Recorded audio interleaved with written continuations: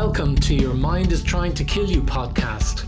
Join your host, Alexandros and co-host Vincent Byrne as they walk you through the deepest recesses of the mind and how it operates.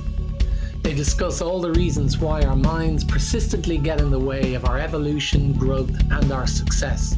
But crucially, they also teach you what you can do to change your destiny. And now, here's your host, Alexandros.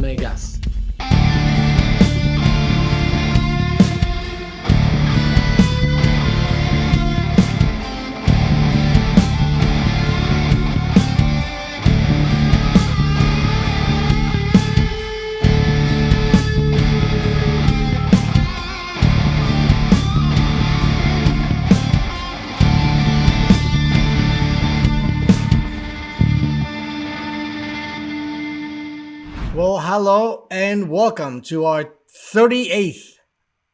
I'm running out of numbers here. I don't even know if I can count that high. That must be nearly the end of your fingers and toes now. I know. I need to get like an abacus. Isn't that what it is? An abacus? Yeah. Well, 38th episode of the infamous, the All Hell Breaks Loose, Your Mind is Trying to Kill You podcast. I'm your host, Alexandros. And I'm your co-host, Vincent Byrne. Today, I wanted to open the podcast with a question that I've been receiving for quite a few years now. I'm going to modify it slightly, for the purposes of being proper. Because, I'm that kind of guy. Yeah. You're always proper at the start of the podcast. It's just the standards drop towards as we get into it. Yes. I have to be warmed up first. Yeah. But I always start proper. So the question here is, who do you think you are? And I'm sure you can imagine the fashion in which I've been receiving that question. Who do you think you are? And I thought it's a very interesting topic because it brings up a lot of hidden gems in it and connotations. What do you think? It does. I mean, the thing that I go straight to is the idea that you are what you think about. So if you believe that you are invincible, creative, and all the other positive stuff, you'll find ways to be that. And if you think the negative stuff, then you'll find ways to live into that as well. So it is really about what you think about, or you are who you think about. You create that. Yeah. Well, that was a short episode. Well, yeah, and that concludes. Yeah. Okay, so the problem with this statement is that it can be received in the form of an attack. Like I have been receiving it. Like, who do you think you are? And who do you think you are means, do you think you are like someone worthy? Do you think you are someone important? Do you think you are because how could you be acting in such a way? And how dare you think you are someone important? You are someone who has a voice. You are someone who has value. How dare you? This is the nature of this question every time it arises. Is it not also someone who thinks that they're different to the rest of us, and that's making us a bit scared? Well, of course, but I'm examining this from the person's perspective that is asking the question. So what do they have in mind when they ask the question and they're saying, who do you think you are? Like, who do you think you are? And even when we hear when we get that question from our parents, because a lot of us got this sort of question from our parents many times, Yeah. right? Who do you think you are?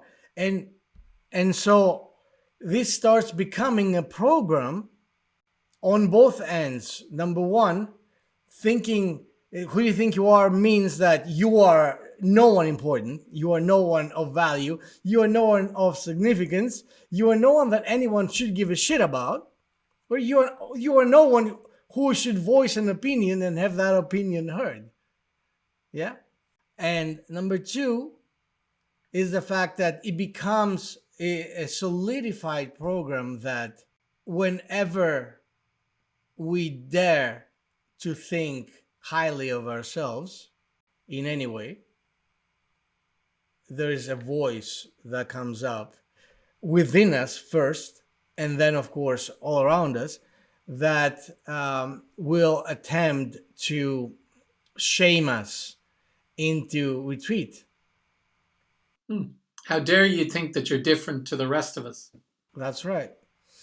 So, who do you think you are ultimately means that, first of all, if you think, and it suggests that, I think the question itself suggests that, if you think that you are someone important, then are you someone important? But what is the nature of thinking that? I mean, thinking that is a soft term, I think. I would use the term belief. Who do you believe you are? And believing that you are someone at any given point does what to our lives? It starts restructuring everything, all our resources, all our philosophies, the way we approach everything in our lives starts being restructured, because now this becomes a new command. I think, or I am so and so. And this is why this has become such an interesting and powerful affirmation in the hypnotic world. The phrase that you're going to use after I am gets solidified, because that's what the subconscious listens to in the present tense, as we said many times.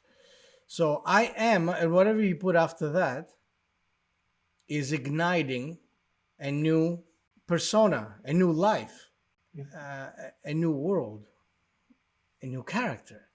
See, and that becomes also the case with the term alter ego. See, alter ego has gotten a lot of scientific love over the past few years, and people are jumping on it left and right. And of course, very, very few people, if anyone, is approaching this from the perspective of what it really is about. It's about the fact that our personalities, our persona, is malleable. And the more you find ways to lock a new avatar, a new persona into your life, the more and easier and faster that persona gets developed. Yeah. I mean, I actually I think actually one of the areas where you notice it very particularly is in with people with accents, and in particular when they move from one place to another where the accent is quite different. So I remember a guy. He was this was back when I was in my 20s in ancient history, and this guy was dating a friend of my ex-wife, and he was from Dublin, and he decided he was going to go and join the British Army, because the Irish Army was just, also ran and wasn't very important. So he was going to join the British Army. So he went over to join the British Army, and he came back about 2 months later, and he had a full English accent. he had completely lost, and he would have had a fairly pronounced Dublin accent before, and he had an English accent. So he had essentially integrated himself into the lifestyle, had built this accent, trained himself to pick it up and to have it, and in order to fit in. So I always remember that as being, well, if someone can change that quickly with their accent, then they can change other parts of themselves pretty quickly too. Isn't that amazing?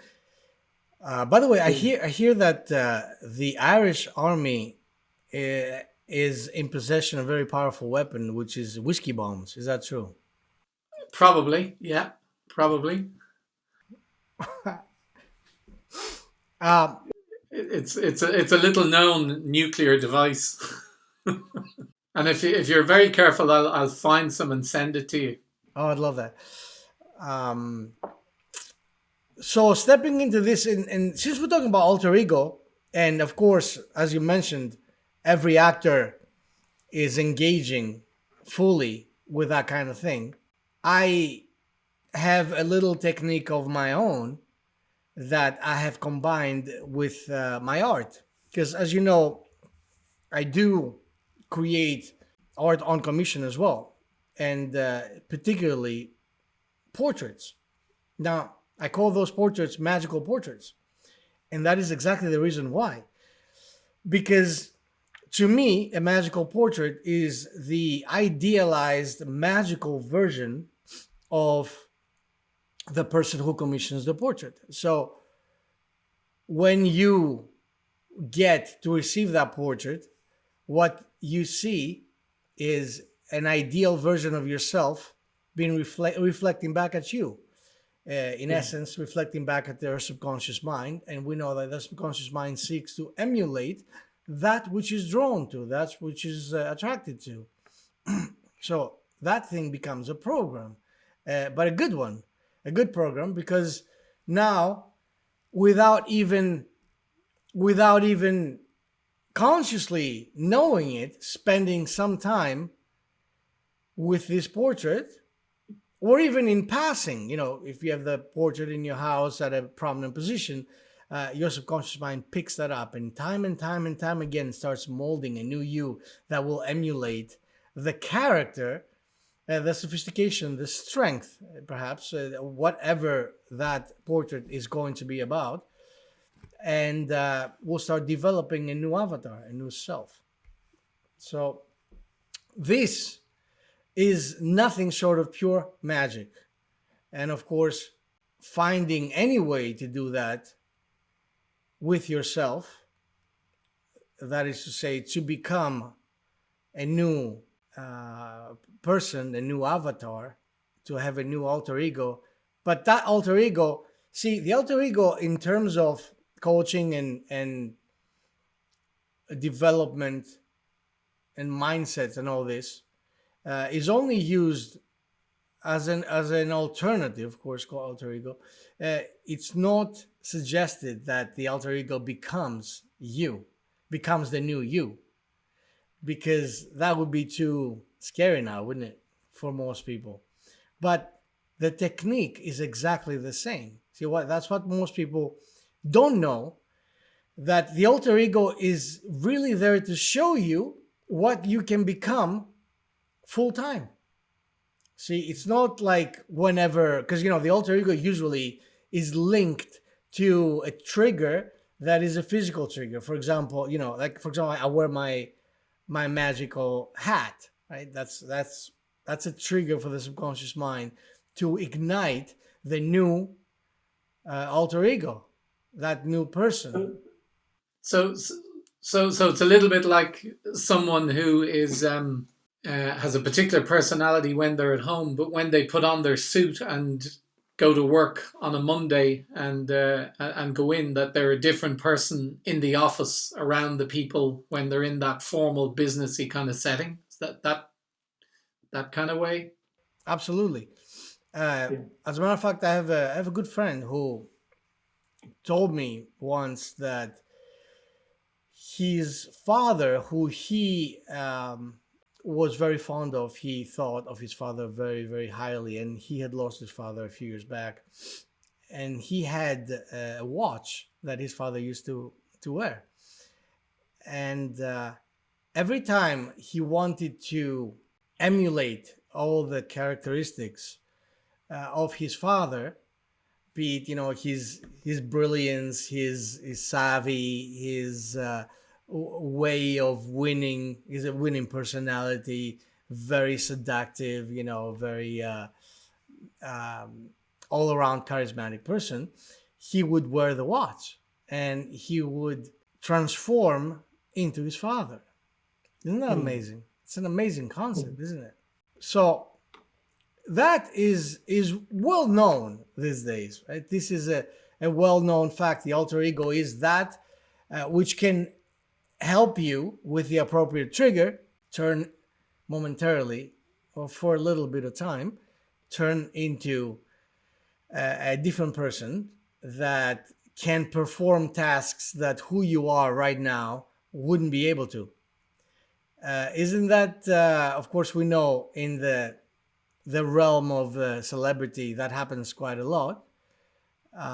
Wasn't it Beyonce? I think she had used and talked about her alter ego as if she was a different person. I think the name was Sasha Banks or something. I think so. I'm not entirely sure. Yeah, I think it was that because she's naturally quite sort of reserved. She needed to go on stage and be so more out there, more slutty, this kind of stuff. So she created an alter ego. It's Sasha something, but I can't remember what the surname is. And this allows her to go to that place, as it were. Exactly, because I think she was her background was a gospel singer, so Yeah. she found it very hard to get up there and become a pop singer with the background, the mindset kind of background of the gospel singer. That wouldn't be that appropriate. So she created that new persona. Now, that has two facets. Number one is the more serious you are about doing that, the more that persona that you create is going to be solidified. In other words, the way that I look at this, Sasha Banks and Beyonce are two different, equally solid people. So this becomes a thought form, as we talked about the idea of a thought form in the past in shamanic and magical traditions. A thought form is an idea, is a concept that keeps being fed emotional significance, energy. You keep on energizing this new avatar and you will become a new person. So the scary part about this is that, as far as I'm concerned, you become a split personality. And depending on who gets the more energy, you might end up snuffing the life out of the person you used to be entirely and now assume the new life on a regular basis, like on an ongoing basis, all the time. Which brings me to the more important aspect, the more magical, the more miraculous aspect of this kind of practice, which is to completely change. Most people that try to use, we talked about, motivation and all the mindsets and all this kind of stuff. Most people who try to either motivate themselves to be somebody else or try to change their mindset on a daily basis and are having problems doing that are the people that haven't yet concretely understood and realized and believed who that new person can be, so they can actually give birth to this person. mean, you Mm. can't. This is serious business, and you can't just go half-ass about it and expect that it will yield results, right? What do you think? Yeah, what strikes me in relation to the way that people typically want to change is that they often just want to change a particular aspect if it's not serving them. Like someone, for example, wanting to be more confident as a speaker, for example. And so if they're not very confident in a public speaking situation, they might want to just be more outgoing, and therefore they would like that aspect of their personality um, to change. And I think with something like that, it's almost like tweaking the dial on a whole load of settings, that if I can tweak it up on the more outgoing and more confident public speaking, then that's okay.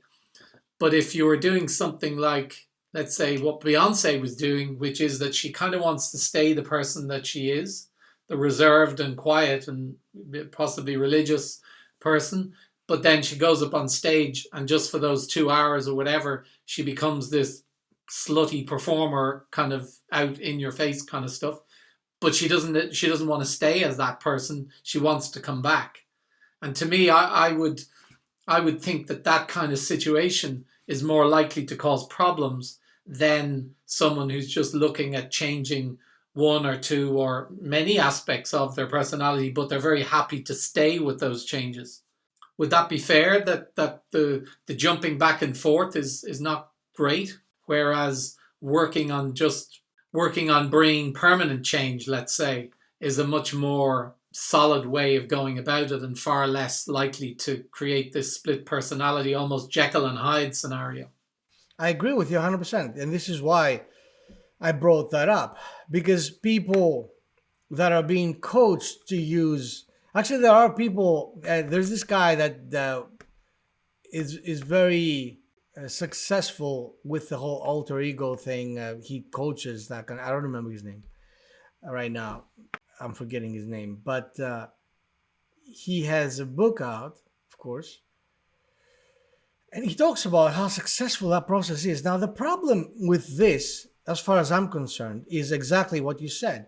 This, most people, first of all, don't believe that they can jump, that they can make the leap from point A to point B and transform permanently into this other person. Of course, if you're being coached like that, it's in this kind of like soft ass way of approaching life. As far as I'm concerned, maybe I'm a little too extreme, but why would you coach someone to keep flipping in and out and on and off from Mm. someone who they they used to be to someone who momentarily or just for a few hours needs to be someone else, right? Why would you do that? And, Mm. and why would you want to be that person? Like, what is it about the new persona that shouldn't be part of the old persona? I mean, what, do you Mm. become a criminal? I mean, it doesn't make sense to me.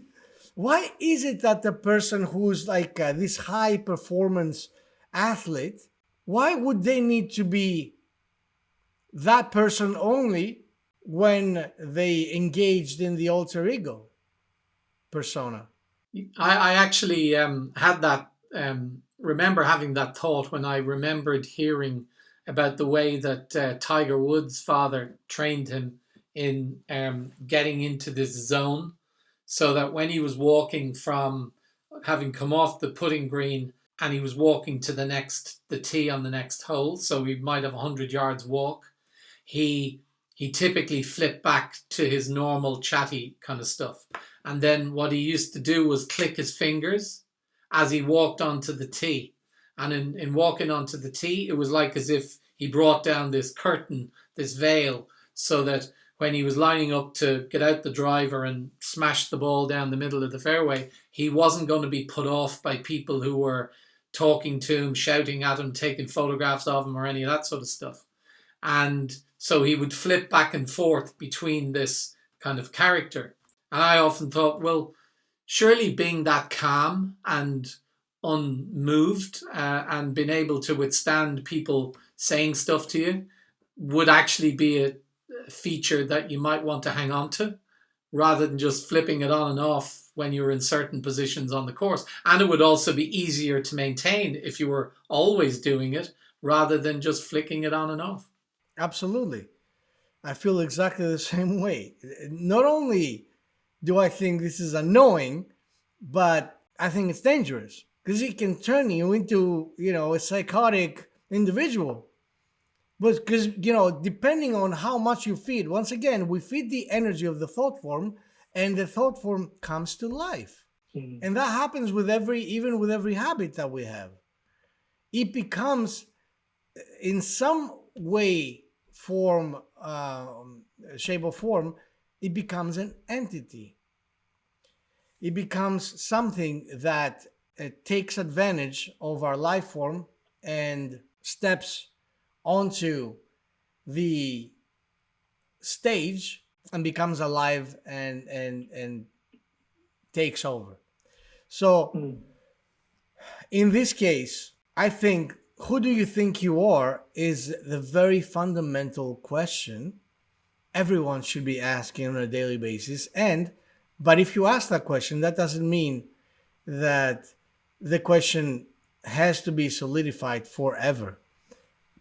But that question should be answered from time to time according to the person's dreams and aspirations. So who I am becomes that person from now on. And if you do step into the boots of the new person today, then everything your subconscious mind will seek to then pull all the resources that you would need in order to make that person alive and real, concrete. And also, of course, the more you step into that, the more the world around you will look at you and treat you like that, right? Isn't it the same thing when they say that if you don't believe in yourself, no one will believe in you? Yeah. If you have low self-esteem, no one around you will take you seriously. You may be a genius, but if you think yourself to be an awkward dumbass, then everyone around you will treat you like that. So in terms of creating, I mean, we've talked about manifesting being one side of the coin, and this strikes me as being another part of the process. So you're becoming, it's almost like the person who becomes a millionaire through, creating something, building something, and having the end of it ended up with a large pot of money. They say that if they've done it once and they've done it by changing and learning and growing and all of that, that if they lost all that money the day after, they would probably do it again very quickly, because it's as much about the person you become in order to build that fortune than it is about actually having the money itself. So they will have changed in order to get there. So if we're sort of advocating a particular approach to life and creating the life that you want, while we're saying that manifesting is one aspect to bringing in what you want, another key component has to be you becoming the person who creates what you want by becoming, better at sales, or more open and able to talk to people, or more determined in and persistent in getting over your challenges and problems.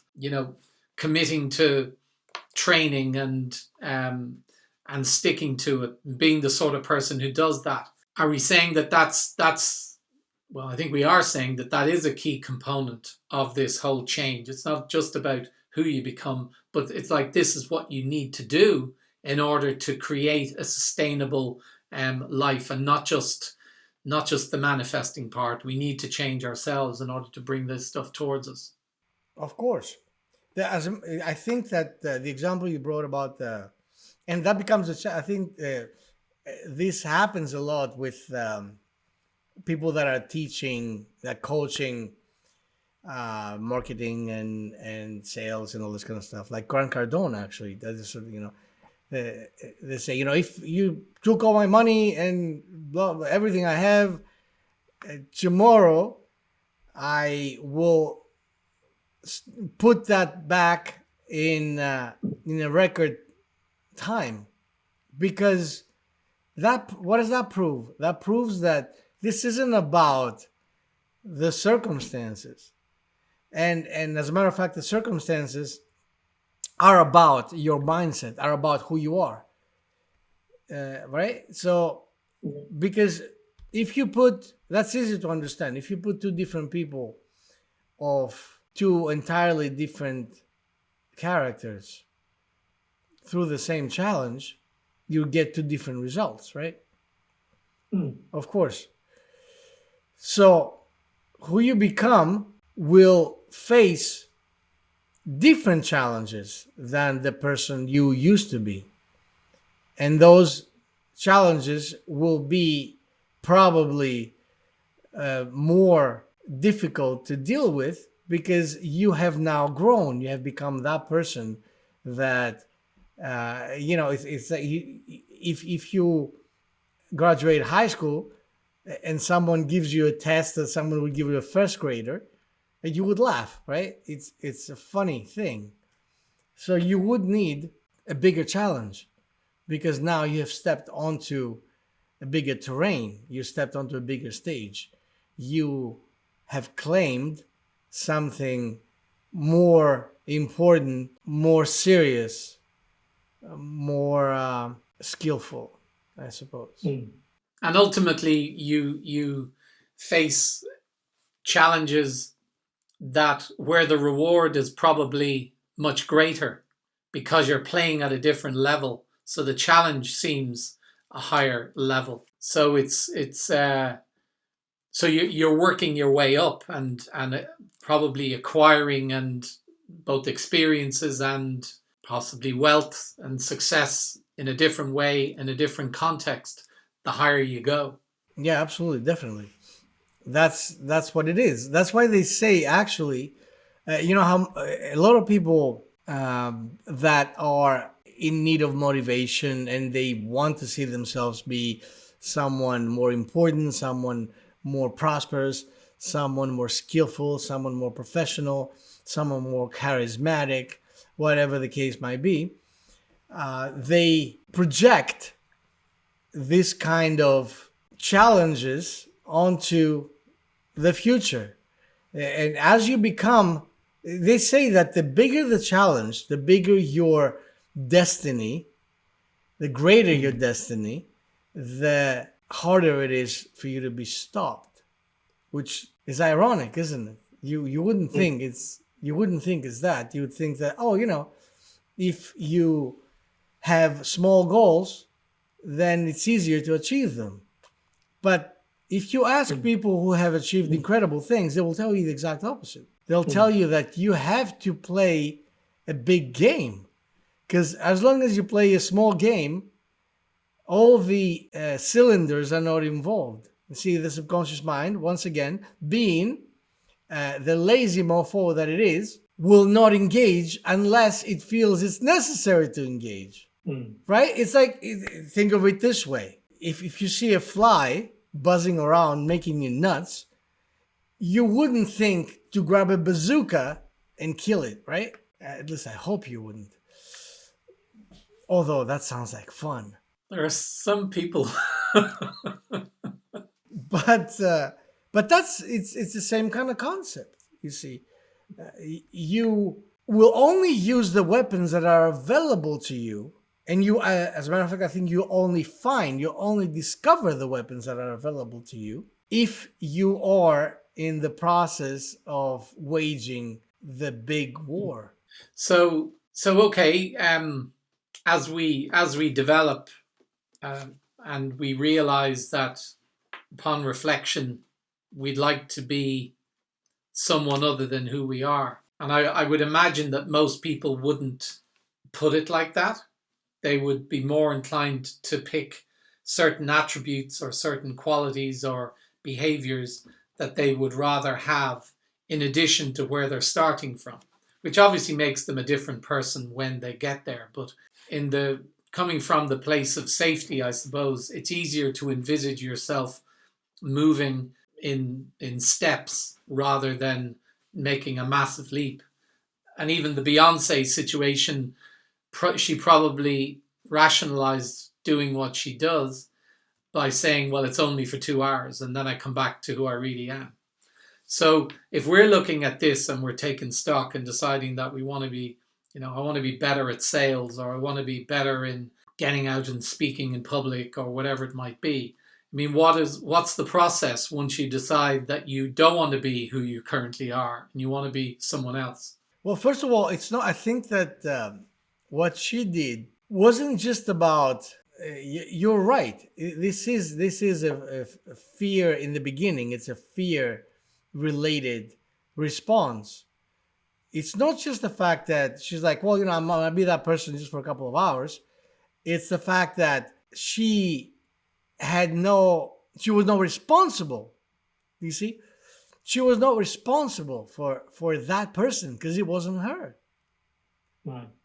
It was a different person. So it made it easier. I mean, to me, this is a bit of a cowardly way to engage in your life, even if we're talking about someone like Beyonce.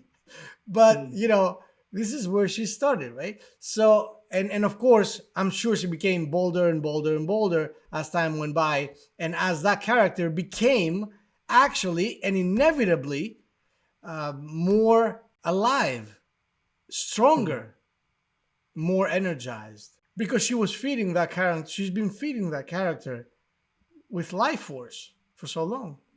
Inevitably, that character is going to come to life.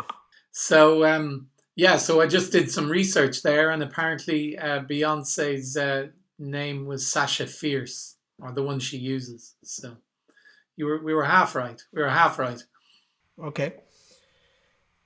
The way, I think the approach to that should be the same as the alter ego creation. However, I wouldn't create a trigger for it. In other words, I wouldn't, like we talked about, I wouldn't be the kind of person that would go back and forth whenever I needed that. Instead, the approach that I would have would be start building that persona day after day.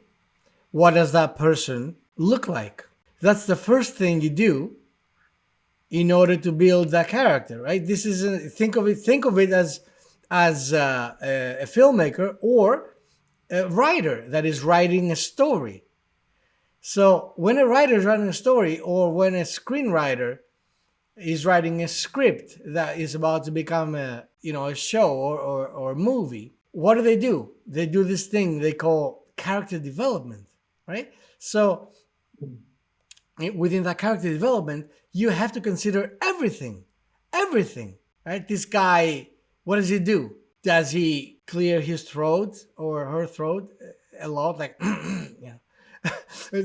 What is that thing that makes them who they are? Oh, they always kind of have like a little bit of a Tourette's kind of way of blurting out what they shouldn't have said, but it sounds really funny and clever. So do you mean that you would look at someone who you believe is good at public speaking and confident in that situation, and you would look at characteristics that they seem to be displaying that you don't feel confident doing at the moment, so you would use that as a model to identify how it is that you would want to behave in that scenario by modeling on somebody else? Is that it? Identifying that? Yeah. That's the easier way of doing it. I mean, of course, depending on your imaginative skills, you can come up with a completely new character that is the combination perhaps of 2 or 3 or 4 or 8 characters that you admire, right? So you start building that thing, and so the way that I do it, and the way that I would advise people to do it that want to do it, is start doing character development. This person now that is called, I mean, give him a name, give her a name, uh, is this kind of person. Write down a little biography and point out as much detail about this person's quirks and individuality as you can come up with. Oh, they love the color red, or they always go like that, when they have to point out something that might be of significance, or they always have an analogy. Right? That's part of my persona, by the way. It's like I have the best. People tell me, "Oh, you got the best analogies, man." Right? It's like, oh, it's like blah blah blah. It's as if blah blah blah. It's always the right analogies come to me to compare a situation that might not be that clear to a similar perspective that is perfectly clear to most people, and that's part of the avatar. Or I mean, you could, if you wanted to, you could study, the Steve Jobs, and want to become that person that was so seductive. It's not about being a good. I mean, what does it mean to be a good speaker? What does it mean to be a good speaker? Well, it's not about what you say necessarily. It's about how you say. It's about your demeanor. It's about your level of comfort with being that person. It's about how natural you feel while being that person. So, in essence, an actor, like look at someone like Jim Carrey that has embodied all these crazy characters.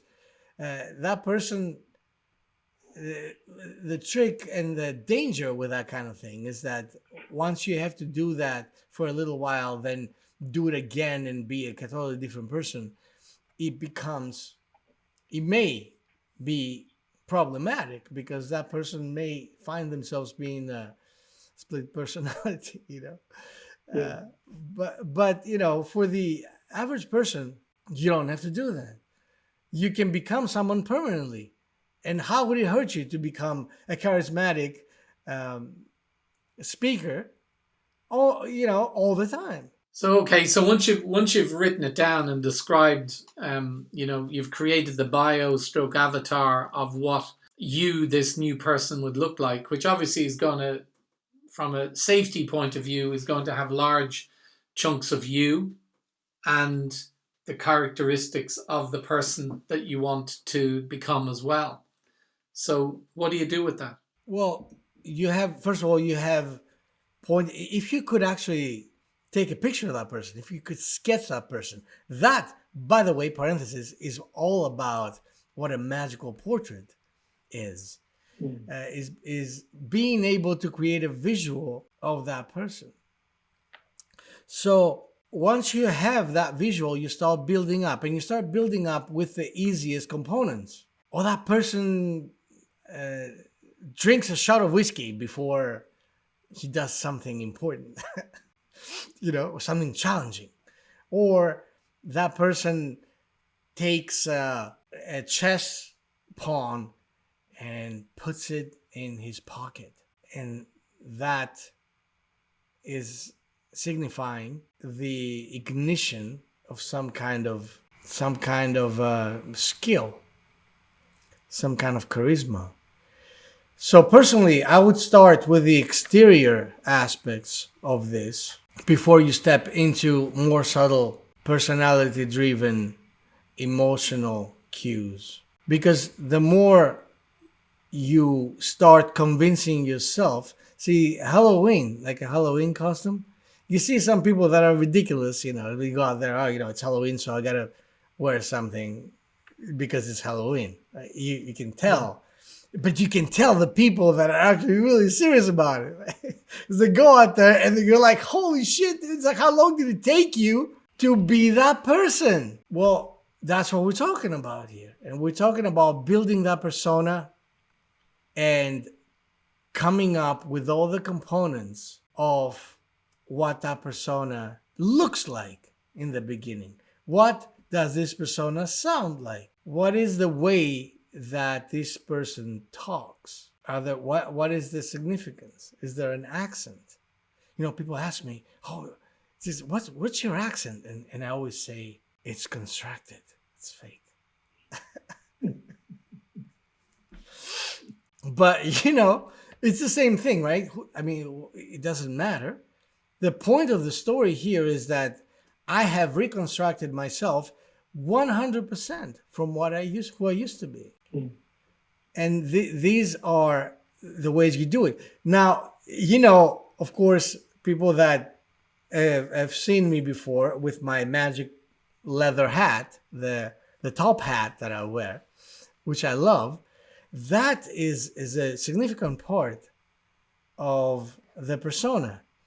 But I'm not stopping there. Now I'm finding ways to adorn the hat, to create like bands around it and paint the bands, or put symbols up there, or adorn the leather with like snake skin, or any characteristics, any artifacts that are tied into that character that character is supposed to be, and bring that character out to life more and more.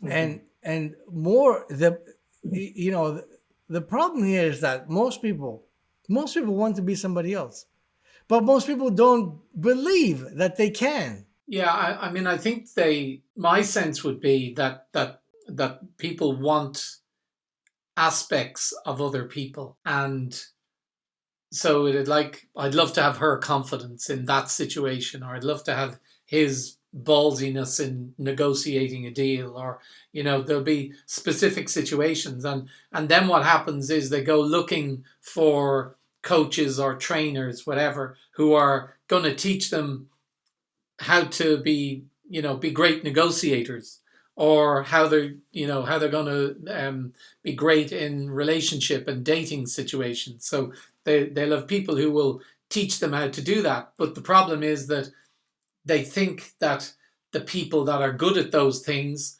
are only doing it in those circumstances. And they forget about the fact that this is something that is natural to them in the way that they operate on a day-to-day basis. So people forget about that, and they think these are just specific skills that are used in those scenarios. So what you're saying is that what we need to be doing is stepping back from, let's say, the public speaking piece, and say, yes, we want to be able to be confident in a public speaking situation, but I want to be the person who naturally is. So therefore we must examine how they behave outside the public speaking arena. How do they behave? And what kind of confidence do they exude in themselves in even the most innocuous scenarios? And that's the bit that I think we tend not to consider. Whereas you're saying we need to be considering it, and we need to be considered the things that are easy for us to control in order to step in bit by bit into that caricature, in effect, so that when we ultimately might be in a public speaking scenario, which might only be once in a while, we're actually ready and we're already in it. We don't have to put on the watch when we're going on stage to flip us into a different personality. We're able to go on stage with confidence and we're already that person. Is that a fair summation? That's exactly what we're saying, because this isn't just about convenience, man. This is about authenticity. Like, you look at people like P.T. Barnum or Napoleon Hill, people like that. There's so many of them that they had nothing to switch off. Like, I think it's just an element of fear that stops people from becoming somebody else. It's fear and inner intimidation. Again, who do you think you are? Who do you think you are is the main question to ask yourself. Stand in front of the mirror and ask, who do you think you are? And when you get that answer, and hopefully that answer is of the person that you want to be, then you start the complex but oh so much fun process of creating a new avatar. Because after all, what are we? What is a personality to begin with? Right? It's not, this isn't our higher self. Who we present ourselves to be in this lifetime is a combination, as we pointed out so many times, a combination of programming and conditioning and stuff we pick up on the way, stuff we pick up from our surroundings, our parents, our siblings, our friends, the people of authority. Everything that has made us who we are right now is just an avatar, my friend. It's just an avatar. It's not real. It's a made up. It's a made up avatar. So Yeah. once we realize that, because most people don't believe that, they think that they are concretely standing on the ground, on the stage of that theatrical actor, and they think that this person is for real. And if you think that that person is for real, then you can't. It becomes so hard to change that person because you think, well, that's not the real me. Of course, it's the real you, because there's no real. The real you is not even who you are right now. The real you will never be your personality on this plane, because we're not our thoughts, we're not our minds, we are not our influences. That's not who our spirit is. That's not who our higher self is. And of course, once we leave this plane, that personality is the suit we take off. So then, if you concretely understand that this is a made-up character, and you are not happy with that character, feel free now to step into a new suit, to step into a new character, to step into a new costume, into a new avatar, and become that person and have the most fun you can have with that person. Because what else are you going to do? I mean, staying there in a cemented formation of the cookie cutter approach that has made you who you are right now. Break the mold, remake the mold. That's what I think. So that's our message for this episode.